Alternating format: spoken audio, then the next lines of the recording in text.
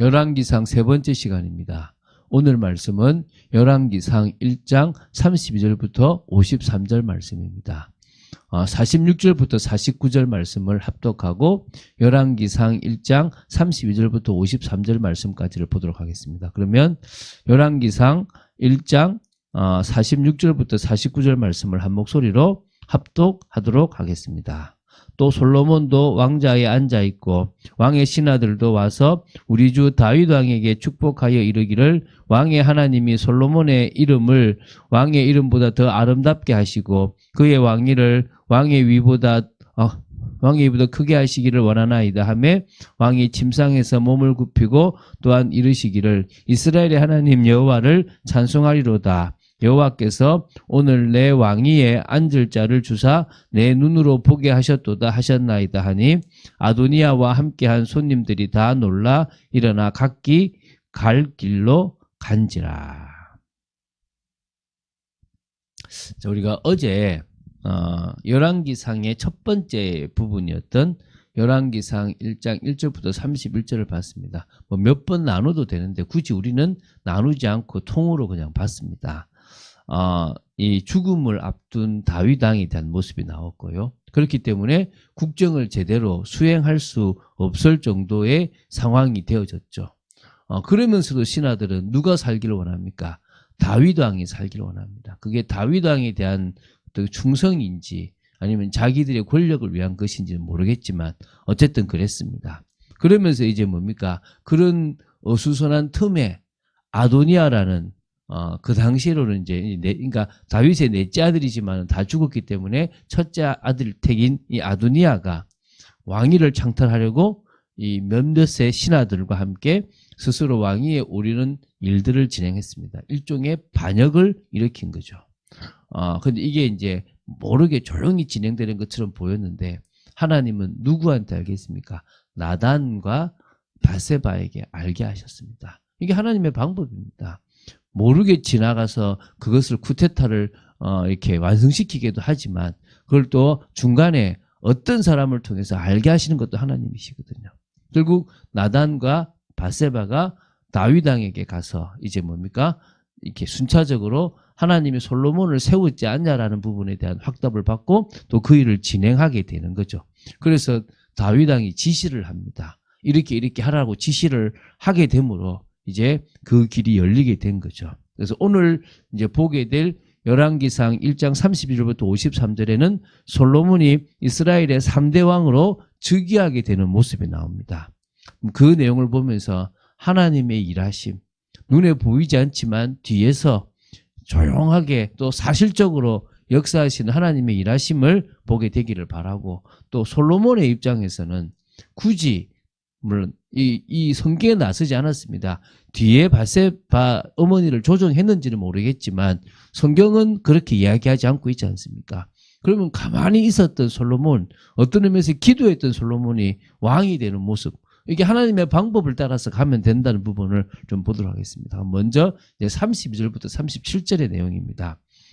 다윗은 제사장 사독과 선지자 나단 그리고 자신의 경호대장인 브나야를 불렀습니다. 자신의 측근에 있는 핵심을 부른 거죠. 그래서 솔로몬을 자기가 타고 있는 늘 타는 노새, 이건 노새는요, 이 말과 이게 당나귀가 이렇게 같이 이제 그 교배된 거잖아요, 그죠? 그래서 되게 힘이 좋은 그런 그러면서 그 당시에로는 왕족이 탔던 그런 게 이제 이 노새인데 누가 탔습니까? 다윗이 그것을 탔는데 그것에 솔로몬을 태워서 상징적인 의미가 있는 기온샘으로 데려간 겁니다. 그저 가라고 합니다. 거기서 뭘 봅니까? 바로 이제 기름을 부어서 왕을 삼고 거기서 이제 뭡니까? 이게 뭡니까? 이렇게 올라오게 이제 여호야다의 아들 브나야에게 이제 그렇게 하라고 하고요. 뭡니까? 이렇게 올라오게 이제 하는 겁니다. 그때 이제 그때 그 얘기를 들었던 이제 이 브나야가 그렇게 되기를 원한다라고 이야기하고 고백하는 그런 부분이 나오는 겁니다. 그리고 이제 38절에서 40절에 보면은 이것을 이 다윗 왕이 시온샘에 가서 기온샘에 가서 하라는 그 모든 것들을 이제 하나하나 시행하는 거죠. 그래서 이제 다윗의 명령대로 솔로몬을 노새에 태워서 기온으로 인도하고 갔어요. 거기서 제사장 사독은 솔로몬의 머리에다가 이제 뭡니까? 기름을 부어서 이제 너는 이스라엘의 왕이다라고 삼고요. 그때 이제 뿔나팔을 불고 솔로몬은 만세수를 하옵소서라고 전체가 외치게 됩니다. 그러면서 외치면서 어디까지 올라옵니까? 이제 이 예루살렘까지 이제 이 올라오는 겁니다. 그러니까 그 소리가 계속 커지게 해서 주위 사람들이 자꾸 듣게끔, 그래서 공식적으로 하나님이 다윗을 통해서 솔로몬이 왕이 되겠다는 사실을 계속 알리는 겁니다. 41절부터 49절은요. 아도니아를 중심으로 반역을 일으켰던 자들에게도 이 솔로몬이 기원해서 다윗의 명령대로 왕이 되어졌다라는 사실을 듣게 되는 겁니다. 근데 이것을 누가 전달하느냐? 제사장 아비아달의 아들이었던 요나단이 아름다운 소식을 전할 줄 알았는데 가장 비참한 소식을 전하게 된 거죠. 바로 기온에서 기름 부음을 받고 온 백성이 함께 지금 즐거워하고 있다. 그래서 솔로몬이 왕좌에 앉았다.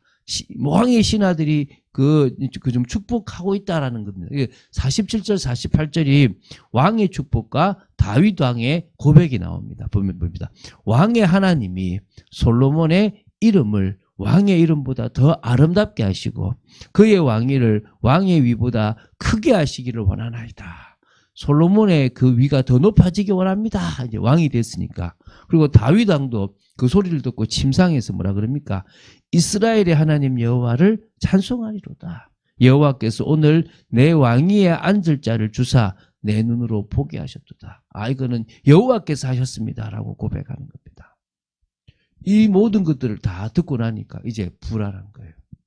아도니아를 붙잡으면 이제 자기가 한 자리를 해먹을 수 있겠다 싶었던 모든 사람들이 잘못하면 죽게 되겠다 생각이 들어서 다 각기 제 길로 떠나버립니다. 누구만 남았겠습니까? 아도니아만 남았다는 겁니다. 이게 지금 하나님이 하시는 방법이잖아요.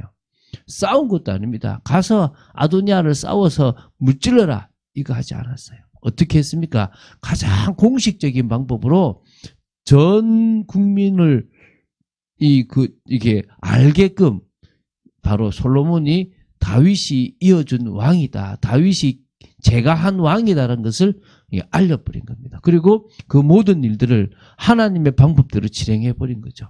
그러면서 이제 뭡니까? 정말 왕자에 앉고 그 모든 일들이 진행된 겁니다. 자, 이제 50절부터 52절은요. 이제 아도니아가 죽게 되었잖아요. 자신이 살기 위해서 제단뿔을 잡는 모습이 나와요. 이게 사실은 그리스도를 의미하는 부분이거든요. 이 제단뿔은 곧 이 번제단의 네 모퉁이에 튀어나와 있는 돌기 부분을 말합니다. 그러니까 제사장이 제사를 드릴 때 여기에 짐승을 매기도 하고요. 또 희생 제물에 피를 바르기도 하는 그런 부분들이 여기 있습니다. 그래서 이 제단의 뿔은 하나님께로부터 임하는 힘과 능력을 상징한다고 보시면 됩니다. 아울러 그러한 하나님의 힘과 능력으로 약자와 억울한 자, 곧 죄인을 보호하시는 하나님의 은혜를 상징하는 부분이 있어요. 그래서 이 제단 뿔을 잡는다는 것은 하나님의 은혜와 보호 속으로 자신은 들어가기 원하고 그 보호와 은혜와 보호를 원합니다라는 그런 상징적인 게 있어요. 그러니까 이게 도피성 제도가 있으면서부터 아마 이 제도도 같이 있었다라고 이게 추측이 되고 있습니다. 그런 의미에서 이제 반역을 주도했던 아도니아가 자신이 죽게 되는 것이 두려워서 하나님의 은혜를 간절히 바란다는 의미로 제단뿔을 잡은 거예요. 그러니까 살려달라고 외친 거죠. 내가 잘못했다라고 이제 외친 거죠, 한마디로. 그래서 이거는 아직 성전이 세워지지 않았으니까 여러분 시온산이라고 다윗성 있잖아요. 그 다윗성에 보면은 이게 뭡니까? 이제 언약궤를 안치했단 말이에요. 거기에 아마 번제단도 있었다라고 추정을 해요. 거기에 가서 잡은 거죠. 그 잡았다는 소식이 누구한테 들렸겠습니까? 솔로몬 왕에게 들려졌다는 거죠. 그래서 솔로몬은 이제 이야기하죠. 아도니아가 선한 사람이라면 그의 머리털 하나도 땅에 떨어지지 않을 것이지만 그에게 악한 것이 보인다면 죽게 될 것이라고 선언을 하죠. 다시 말하면 하나님이 그를 살려줄 수 있는 제도를 만들어준 방법을 그가 택했으니까 하나님께서 그를 죽일 만한 제목이 있다면 죽게 하실 것이고 하나님께서 보실 때 그 제목이 없다면 살려주겠다는 겁니다. 이때까지만 해도 상당히 솔로몬은 공정하게 또 물론 어느 정도까지는 하나님의 말씀을 따라서 인도받은 모습이 나오죠. 자, 이렇게 어수선했던 전국, 잘못하면 피바람이 불을 수 있었던 그 전국은 하나님의 섭리와 일하심 속에서 솔로몬이 왕이 되고 피 흘림 없이 마무리되었습니다. 물론 2장에 들어가서 아주 합법적인 방법처럼 보이는 방법으로 이제 솔로몬이 정적들을 제거하는 부분들이 사실은 있습니다. 그리고 이 솔로몬은 왕이 되어서 이스라엘 나라의 역사상 최고의 전성기를 구가하게 됩니다. 이게 오히려 이스라엘인 독이 되어져 버리는 부분이죠. 한국 교회가 너무 육신적으로 물질적으로 또 이렇게 대형화되고 이렇게 성도가 많아지는 상황 속에서 어떻게 되어버렸습니까? 본질을 놓쳐버리고 정말 중요한 걸 놓쳐버렸던 것처럼 그 모습이 아마 이스라엘 백성들이 물질적으로 풍요해서 당했던 그런 모습과 같지 않나 싶습니다. 그런 부분에서는 참 안타깝죠. 어쨌든 자, 지금 하나님은 이 모든 일들을 이제 사무엘하 7장 4절부터 17절에 나오는 다윗 언약이라는 것을 하나를 딱 실행해 나가시는 부분들이 있습니다. 이 언약이요, 다윗이 성전을 짓고 싶다라고 했을 때 너는 성전을 짓지 못한다. 네 아들을 통해서 성전을 짓게 하겠다라고 하시거든요. 그러면서 네 왕위를 영원토록 내가 세워주겠다라고 하십니다. 사실은 짧게는 솔로몬이고 길게는 예수 그리스도를 의미하는 그 모든 부분의 언약인 거죠. 그래서 다윗의 자손 예수가 여기서부터 이 사무엘하 7장 4절부터 17절에서부터 나오게 되거든요. 이 언약이 계속되어져서 나중에 분열 왕국이 되어도 남유다는 계속 다윗의 후손이 왕이 되는 모습들이 나옵니다. 그래서 이게 바로 하나님이 하시는 거거든요. 어쨌든 솔로몬이 왕위에 즉위한 때가 한 대략 BC 한 972년쯤으로 추정됩니다. 솔로몬은 다윗과 더불어 약 2년 정도 공동 통치를 했다고 나와요. 그리고 이제 그 역대상 29장 22절에 보면 솔로몬은 다윗의 죽음 이후에 백성들의 제추대 형식을 빌어서 이스라엘의 왕으로 공식 취임하게 되는 부분들이 또 한 번 더 나와요.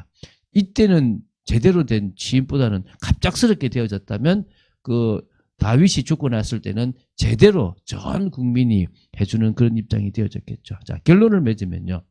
솔로몬이라는 사람은 여기서 어떤 인본주의도 쓰지 않았습니다. 오히려 인본주의를 가장 많이 썼던 아도니아가 결국은 패하게 되고 하나님은 당신이 하시고자 하는 방법대로 이 솔로몬을 왕위에 딱 올리십니다. 그 모든 방법 속에서 참 지혜롭게 지금 여기까지는 그래도 잘 진행되어졌던 부분들이 있는 겁니다. 그래서 우리도 굳이 우리가 뭔가를 취하기 위해서 몸부림치지 말고요.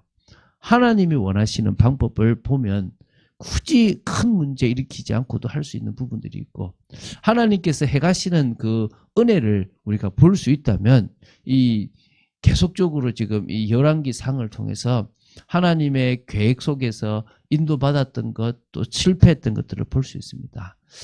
죽은 자들 가운데서 일어난다는 것은 우리가 하나님의 기준, 하나님의 가치, 하나님의 방법, 하나님의 방향을 따라서 온전히 인도받는다는 부분들을 알아야 될 줄로 믿습니다. 그런 축복을 누리는 여러분 되시기를 주 예수 그리스도 이름으로 축원드립니다.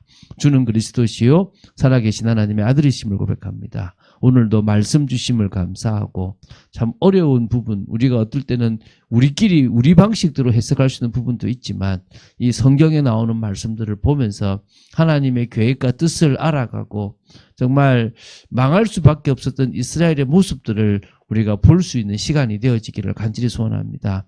우리 교회가 깨어나야 되고 하나님의 방향에 방향 맞추는 축복이 있기를 간절히 소원하며 그 일에 저희들이 헌신하기를 원합니다. 주 예수 그리스도 이름으로 기도드립니다. 아멘.